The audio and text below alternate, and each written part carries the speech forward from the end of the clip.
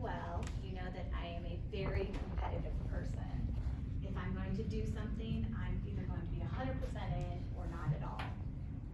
So when I signed up to be a contestant, I had a lot of mixed emotions.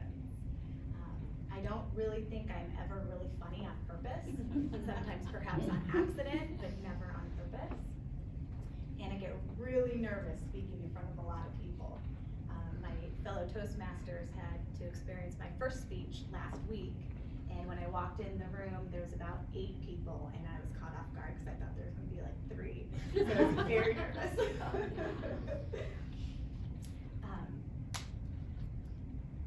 I started thinking of ways that I could lose on purpose.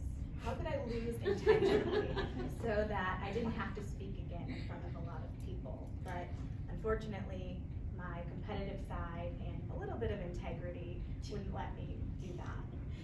So then I started worrying about being judged by other people. What if I had broccoli on my teeth, even though I hadn't had broccoli for dinner for weeks?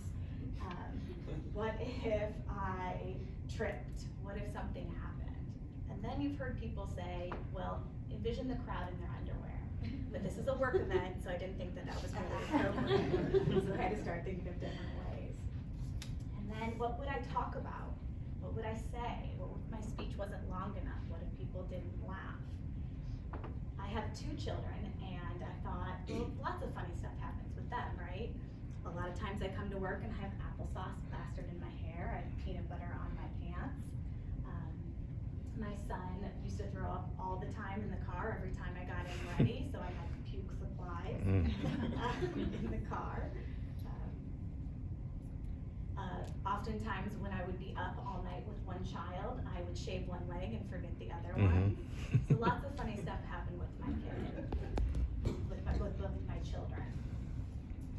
But as I realized what the purpose of the speech was, to have humor, but to also have content, I realized the best thing that I could talk about was my fear of speaking, was the fact that we oftentimes sabotage ourselves and don't do what we're afraid of doing because we're afraid of failing. So I looked up people that I thought were funny. I think Kevin Hart is hilarious. And one of the best things about him is that he laughs at himself.